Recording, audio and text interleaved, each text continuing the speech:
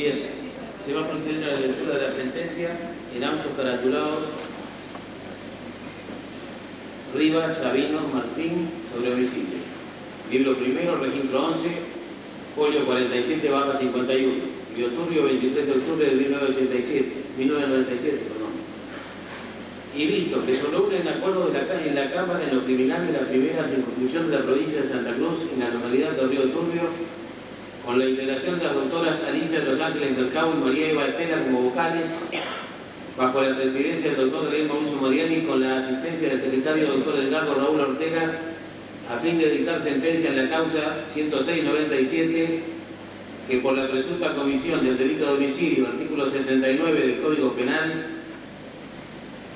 se le sigue al señor Sabino Martín Rivas, hijo de Martín y de Dolores Chávez, argentino, nacido el 14 de mayo de 1957 en finca Las Costas, provincia de Salta, apodado Michael o Maico, de profesión albañil, estado civil soltero, instruido, titular del Documento Nacional de Identidad número 13.118.770, actualmente detenido, registrando como último domicilio de la casa sin número de la calle 9 de Julio entre Chubut y Gobernador Gregorio de la localidad de 28 de noviembre, quien se encuentra asistido por la señora defensora oficial subrogante ante la Cámara, doctora María Valeria López Gestón, y actúa como fiscal de Cámara el doctor Ricardo Alberto Camuti, que el tribunal enuncia las siguientes cuestiones a tratar.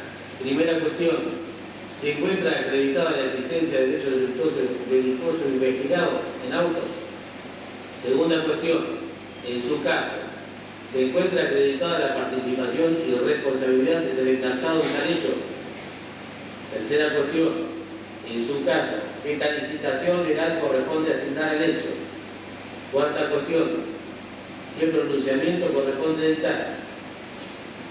A la primera cuestión, el tribunal dice: llegan a juicio por requisitoria de elevación fiscal emanada del juzgado de primera instancia, de la localidad de Río Turbio, estos autos caratulados Rivas, Sabino Martín por el delito de homicidio, expediente 106/97, en que el señor agente fiscal acusa a Sabino Martín Rivas por el delito de homicidio, artículo 79 del Código Penal. La prueba producida durante el debate permite tener por acreditado que el día 25 de mayo de 1996, aproximadamente a las 19:30 horas, en la vivienda ubicada al fondo de un lote de terreno que da sobre la calle 9 de Julio sin número, entre las calles Chubut y Gobernador Gregorio de la localidad de 28 de noviembre, mediante un golpe aplicado con un objeto romo y contundente que impactó en la región frontal del señor Atilio II Martínez Alvarado, se produjo la muerte del mismo. El elemento romo y contundente al que hacemos referencia es un trozo de madera de 1,40 m de largo, 14 centímetros de ancho, siendo su espesor de 5 centímetros, que fuera incautado por la instrucción. Este instrumento, idóneo para causar la muerte, impactó en el hueso frontal provocando su fractura como la del hueso orbital derecho, produciendo hemorragia masiva del cerebro, conforme a la autopsia de Focas 18/21. Se han incorporado al debate el acta policial de Focas 1/4, la certificación médica de Focas 6, fotografías de Focas 34/40, la autopsia ya referida, y certificado de defunción obrante a Focas 42. La existencia de sangre del objeto utilizado, conforme el peritaje de Focas 197 y 198, como asimismo la de pequeñas partículas de color blanco tipo hueso, según el acta de Focas 1/4, con más las características de la impronta dejada en la frente del occiso, hacen plena convicción a este tribunal de que estamos ante la existencia del instrumento utilizado por el agresor para causar la muerte de Atilio Martínez. En relación a la hora de la muerte, debemos hacer referencia a los dichos del doctor Valverde, vertidos a Focas 96, 97 vueltas, quien, habiendo arribado al lugar de hecho a la hora 20, constata la inexistencia de signos vitales en Martínez, así como la evaporación, que por diferencia de temperatura surgía de la sangre, por lo que sostiene que la muerte se había producido recientemente, comprobando que el cuerpo aún estaba tibio. Seguramente asustado por la gravedad del resultado de su conducta, le manifiesta al testigo Lowe, en primer término, y luego al comisario Sepúlveda, que Martínez había sido muerto y apaleado. Y es de hacer notar que el palo utilizado para darle muerte a Martínez se encontraba ubicado en la vivienda, de modo tal que no resultaba visible a simple vista y que de su existencia y utilización solo podía conocerla quien se habría valido de él para perpetrar el ilícito. El 41 del Código Penal, y en particular la naturaleza de la acción, el modo en que se desarrollan los hechos, la escasa instrucción, la forma y medios de vida, su grado de marginación social, todo lo cual hace aconsejable imponer la pena de 8 años de prisión, con más la aplicación de los artículos 12 y 29, inciso tercero del Código Penal. La cuarta cuestión, el tribunal dice: condenar a Sabino Martín Rivas y las demás circunstancias personales de Orantes en autos a la pena de 8 años de prisión como autor penalmente responsable en orden al delito de homicidio simple, artículo 79 del Código Penal, cometido en perjuicio de Aquilio II Martínez Alvarado.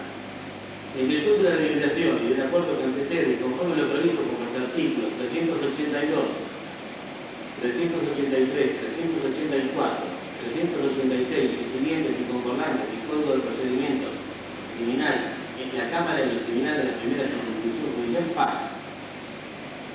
Primero, condenar a Sabino Martín Rivas y las demás circunstancias personales operantes en autos a la pena de 8 años de prisión como autor penalmente responsable en orden al delito de homicidio simple, artículo 79 del Código Penal, con más las accesorias legales y costas en las que se fijan la suma de pesos 60 por tratarse de juicio criminal, artículos 12 y 29, inciso tercero del Código Penal. Regístrese, notifíquese, comuníquese, cúmplase y oportunamente archívese.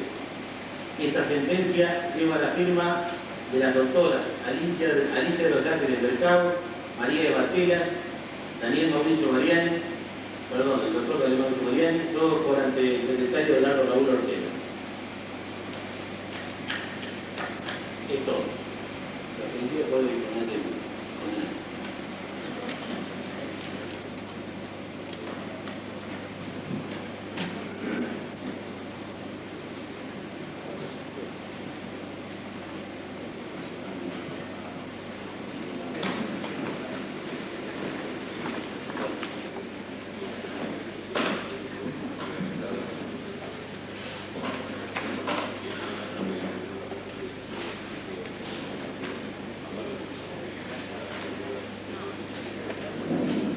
Se acaba de dictar la sentencia, que fue de 8 años de prisión para el único imputado en esta causa. El tribunal arribó a esta sentencia luego de deliberaciones. Fueron arduas estas deliberaciones. ¿Hubo duda en algún momento de que no podría haber sido Rivas el autor de este hecho? No, si hubiéramos tenido alguna duda no hubiera sido condenado. Lo que posiblemente hay algunos detalles, como se dijeron en la sentencia, que no pudieron determinarse, como ser encontrar el objeto que provocó las cortaduras en la cara de Rivas, perdón, en la cara de Martínez, pero estos cortes que aparecen no son determinantes, porque lo que causa la muerte de Martínez es el golpe en la región frontal y orbital, y que provoca hemorragia masiva en el cerebro, y los cortes fueron producidos con posterioridad. No sabemos si Martínez aún estaba vivo o muerto, pero el golpe ha sido de tal contundencia que ha vivido muy poco después del golpe. Esto nos lleva a restarle importancia al hecho de que, por ejemplo, no se encontrara alguna duda, qué pasó, de dónde salieron esos cortes, pero podemos encontrar que en realidad lo que se cortó fue un cadáver porque ya había muerto, o en realidad la figura menor, que serían lesiones, si hubiera estado vivo, queda absorbida en este caso por la figura mayor, que es el homicidio. ¿Se pudo llegar a la hipótesis de premeditación que hubiera habido en este crimen? No, yo creo que por eso la pena es el mínimo, se le puso. El que creemos en el momento de las deliberaciones hemos merituado que es propio de ese crimen espontáneo que a veces en nuestra sociedad es bastante frecuente ver, que producto un poco de la ingesta alcohólica, a veces que no llega a ser el grado de ingesta alcohólica que desincrimina, como se explicó en la sentencia, porque él comprendía bien su accionar, sus actos, dirigía sus acciones. Él salió diciendo, ahí está muerto Martínez y lo apalearon. ¿Cómo sabía él si no se podía, apenas se podía abrir la puerta y el palo estaba detrás de la puerta? O sea que solamente podía saber quién, el modo de la muerte de Martínez, quién lo había matado. Esto es una cosa que lo incrimina, digamos, de un modo contundente, y asimismo la sangre en las manos, que describe el doctor Valverde, y no están en los pulpejos, porque es una reacción instintiva. La defensa lo pretende bien, la defensa lo que pasa es que tenía pocos argumentos para plantear porque no le queda lugar, no le quedó lugar. A veces en los juicios ocurre esto. Tenía más elementos del fiscal para atacar que la defensa para defender, a veces se da todo lo contrario. Y bueno, esa falta de sangre en los dedos es precisamente el haberse limpiado con carbón. Él quiso disimular la mancha de sangre, la impronta de sangre en las manos, en el carbón, y claro, lo primero que se limpia son los pulpejos. En la palma ya había quedado impregnada, que es lo que ve el doctor Valverde. No se visualizó en ningún momento del juicio y de la investigación la intervención de un tercero, salvo estos dos sujetos, uno el occiso y otro el que resultó imputado en la causa.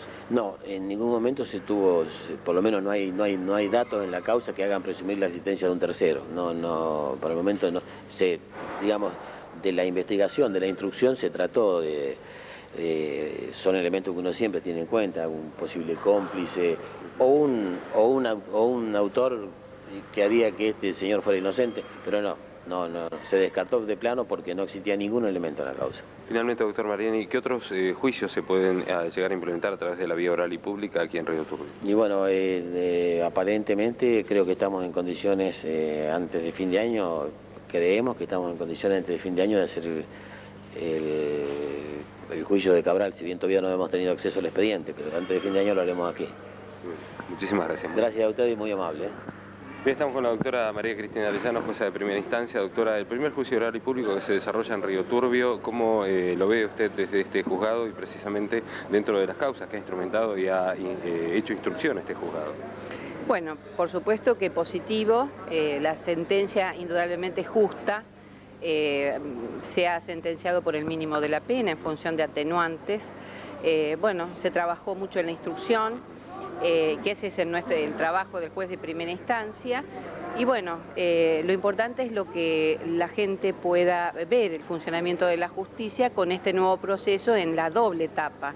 La etapa de instrucción, que la realiza un juez, y la etapa de sentencia, es decir, un tribunal que sea el que revise todas las pruebas y realmente pueda dictar la sentencia. Esto se vive dentro del marco de los 12 años de cumplimiento que tiene este juzgado de primera instancia, esta etapa de juicio oral y público que se da por primera vez en Río Turbio, ¿no? Bueno, creo que fue en realidad una mera coincidencia, pero sí, bueno, comenzó el juicio con estos 12 años del juzgado de Río Turbio, y bueno, este es el primero, ya hay varias causas que están siendo elevadas y bueno, oportunamente y por turno irán entrando en el juicio oral. ¿Siempre el juicio oral se va a desarrollar en la localidad donde se produjeron los hechos? Eso es una premisa que en principio se respeta.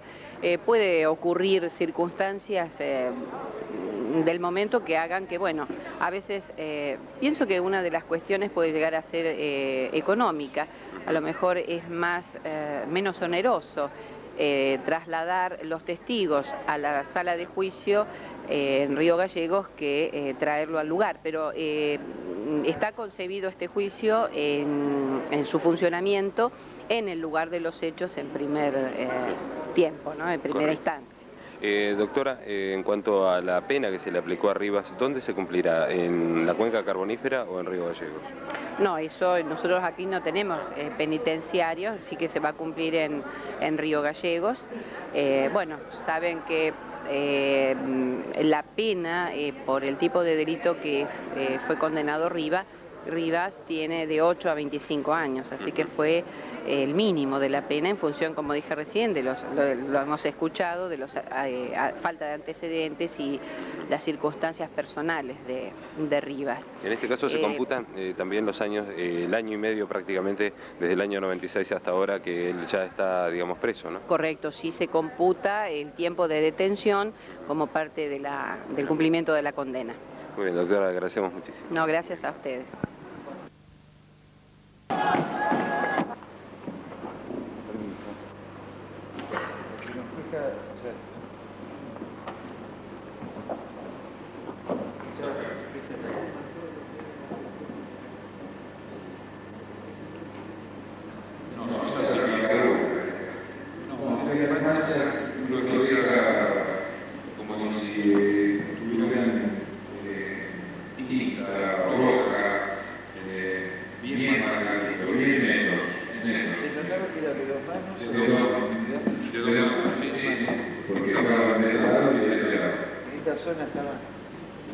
Aproximadamente 3 personas, no recuerdo, pero más que de la altura, ¿Cómo era la... Perdón. Que lo escuchen por la puta. Yo vi en el lugar del hecho el palo con que lo mataron tenía marcados los dedos o puntejos del agresor. Sí, no, pero no le dije, no sé si no le dije que para lo matara. El palo con que supuestamente lo debería. La verdad no lo retenía.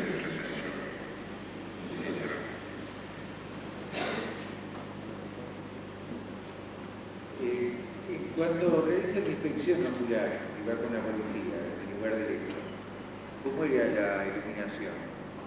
No había una neverita que ayudaba apenas, así que para examinar el cuerpo, uno policía con una linterna iluminándome el cuerpo. Señor presidente, si puede contar esas circunstancias. Sí. Cuando usted ingresa a la habitación donde se produce el hecho, ¿era fácilmente advertible la presencia del palo? No, sí, yo mencionaba el palo detenidamente y le agarré la mancha. ¿Hizo con la luz de las linternas o con la luz de vela? No, quería con la linterna porque estaba en la penumbra. El lugar estaba oscuro.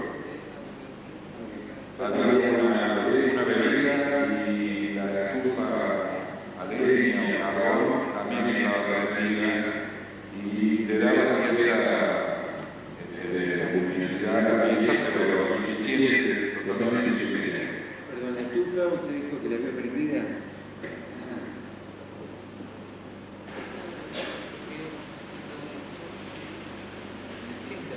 La sangre que estaba impregnado con sangre, ¿esta era sangre fresca o...? Es alrededor de la cabeza de la víctima.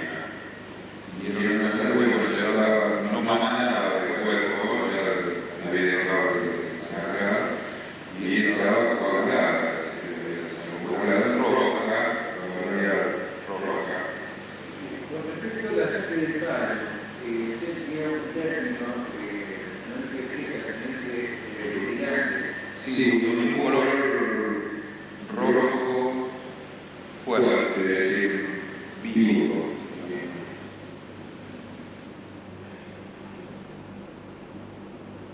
Cuando usted examina el cadáver, ¿este tenía temperatura? Correcto, estaba tibio. Sí, explíquenos el vapor a que se referencia del... De la cabeza.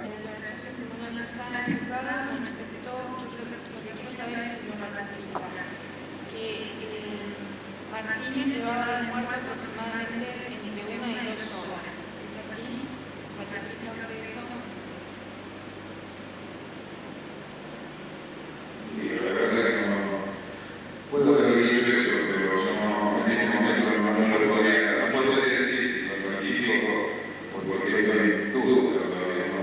No sé, no lo sabría decir aproximadamente, pero alrededor de una hora seguro. Lo que pasa es que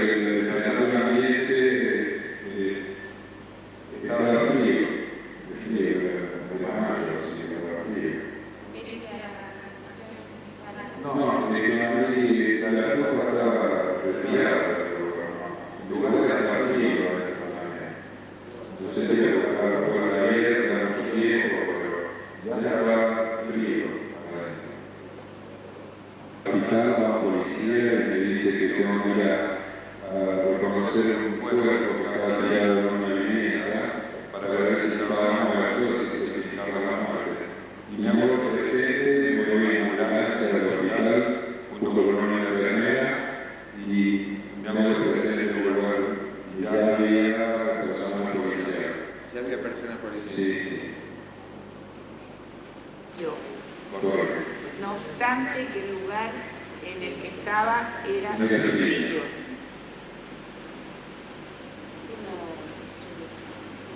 Usted dice que cuando le revisa las manos, advierte que no fue espejos, no tiene manchas de sangre. Pero advierte algún otro tipo de manchas, se ensucia las manos en la zona de los espejos. Carbón. Y de carbón, como alguien que ha agarrado el carbón, así, mancha su carbón negro. ¿Había carbón en la palma? Sí, en la palma y en el dorso. En la palma y en el dorso. ¿Sobre la sangre o...? Sí, un pero una película que no negro, y no se puede ver abajo, sí. Ajá. ¿Qué O cosa? sea, lo que llama que yo veía la mancha de sangre y a la palma, pero no los dedos. Correcto. No los dedos, solo los dedos. Perdón, ¿los dedos los tenía limpios? No, sucios con carbón nada más. Se podía ver por debajo porque no había manchas subyacentes, debajo del carbón. En cambio, en la palma sí se veía que debajo había manchas de sangre seca.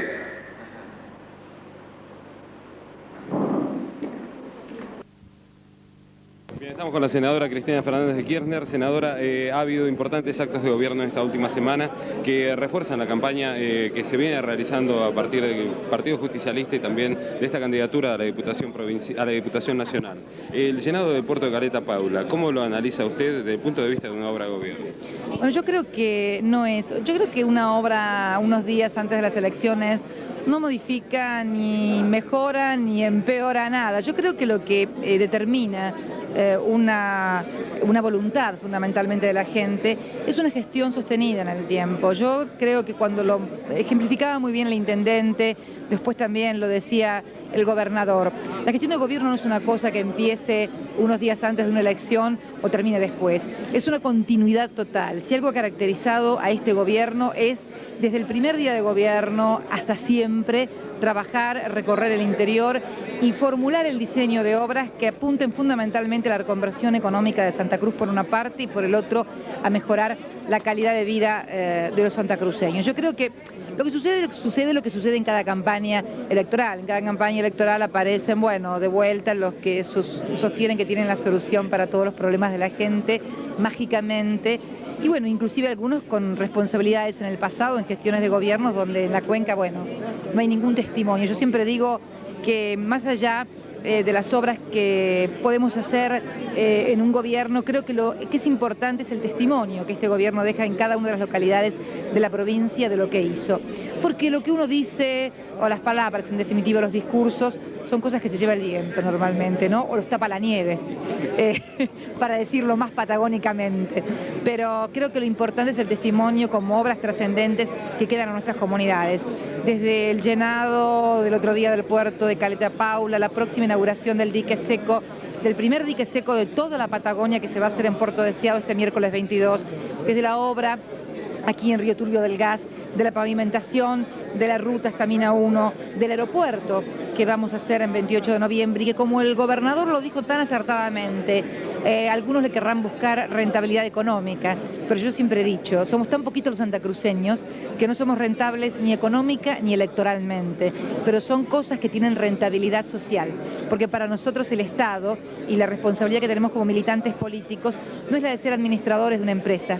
Esto no es una empresa, esto es una provincia, esto es un Estado que está contenido y formado por hombres y mujeres de carne y hueso. Nuestros criterios no son únicamente de rentabilidad económica o únicamente de rentabilidad electoral, son fundamentalmente de rentabilidad social. Allí debe apuntar fundamentalmente la gestión del Estado, bueno, y es lo que estamos haciendo desde hace ya bastante tiempo, ¿no? Hubo acuerdos con la provincia de Entre Ríos, también con la provincia de Mendoza.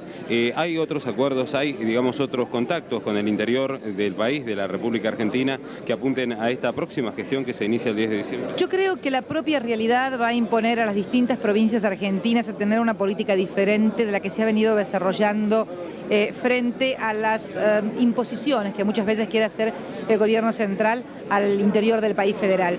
Y creo que va a ser el peso de sus propias necesidades, el peso de las propias circunstancias. Yo no me acabo nunca de enumerar un ejemplo claro y concreto, ¿no?